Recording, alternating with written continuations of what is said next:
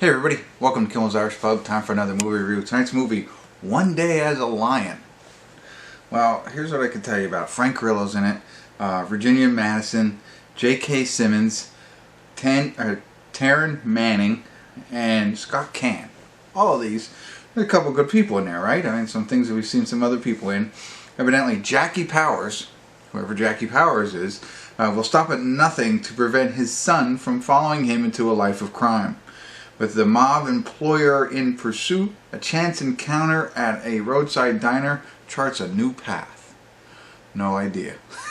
No clue. And then there's more. Like, you could read other ones, but I always like to read the first one. So we're all going to be surprised to find out who Jackie Powers is and what all this means. So let me get into it and figure that out for you and check in and let you know. So, and then I'll tell you what I think about it. So stick around. I'll be back.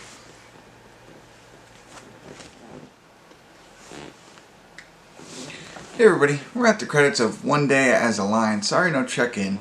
Realized the movie was only an hour and 27 minutes long, and when I was about to check in, it's almost over, so I decided not to. I also forgot to share it. It's 5.4 on IMDb, but only 450 people rated it so far. So, give you a better idea really what the movie's about. James Caan, right? Scott Caan, is basically... he's been in trouble in the law, and he gets hired as a hitman by one of his buddies because his son, Scott's son, is sent to juvenile detention center for something he did, and he's trying to get money to get him out, to get him a lawyer so that he can get out of there.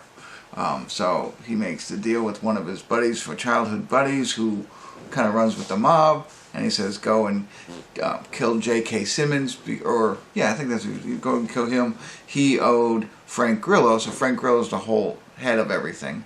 He owed Frank Grillo $100,000. So he had his right-hand man was Scott Caan's friend, and he hires him to go out and kill him. And then it kind of gets botched, right? And he meets a waitress during all of this, who they become friends and try and come up with another plan on how they can help each other. She happens to have a sick mother that has a lot of money that could will her stuff if they get married, kind of thing. So that's what it's really about. It's really about him trying to get his son out of juvenile detention, and he meets a girl who's trying to get money from her mom, who is on her deathbed pretty much, and has her in the will, but there's certain stipulations for that. So that's the center of all of this. And then there's the Frank Grillo side of the story. Mob boss wants his money back from J.K. Simmons. There's the mother side of the story, where she's, has cancer. And then the son, of course, being in a juvenile detention center. And the son's mother is played by, what's her name? Hold on one second. Is played by, I can't believe, oh, there it is. Yeah, Taryn Manning. I was going to say, okay. So, that's what we got, essentially. And it kind of was filmed in Oklahoma. But, it's got interesting, it was all, I think the screenplay was done by Scott Caan. Is it Caan or Caan? Whatever, Scott Caan, I think it is. He was a producer, he directed it, and all that. So, and it's got a decent cast, I think. I felt the ending was kind of a little bit abrupt. There is some, I don't want to say silliness. That's not the right term. It's like unbelievable, So the things that happen, it's not realistic. Let me put it to you that way. Like, things just don't.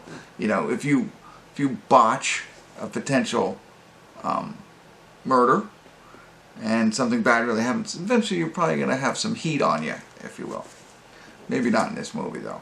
And like I said, it ended kind of abruptly. I get it. I was waiting for that, and here it is. That's what I was thinking. There's going to be like more, and there's some post-credit scenes, so I can let you know there. There's going to be more that happens, I think, than the way they left the movie.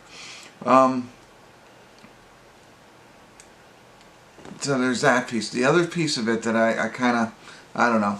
As I mentioned, he meets this girl this girl who needs to get married, and the relationship is underdeveloped for what they have happen. I think it just didn't seem believable what they end up, talking about, all that kind of stuff. And I don't want to spoil it for you, but I think you kind of understand what you think is going to happen. And I understand how they wanted me to believe it, but I didn't get there. Sometimes you can. Sometimes you can rush that and make the audience feel the emotion that you want them to. I just don't think it was there. I'll say it like true love. Was true love really there or not? So that was the other piece. But otherwise, I enjoyed it. I liked him in this. I liked all the characters for the most part, except for Taryn Manning. I guess I didn't really like her character, but I don't think you're supposed to. But otherwise, I thought interesting, worth an hour and 27 minutes for sure, and something that kind of flew under the radar with a lot of good actors in it. So check it out, but just keep all that stuff in mind. Don't go into it with a realistic mindset. You might laugh a little. And enjoy it for what it is. So I don't know if it went to the theaters. I'd say straight to streaming kind of stuff, and that's okay. There's nothing wrong with that. That makes me happier. I don't have to wait for it to come out of the theater before I can get it at home. So I'm all in on that. So there you go. I think it's worth the watch. Hopefully that was helpful. If not, I apologize. Thanks for tuning in. Kimmel's Irish Pub.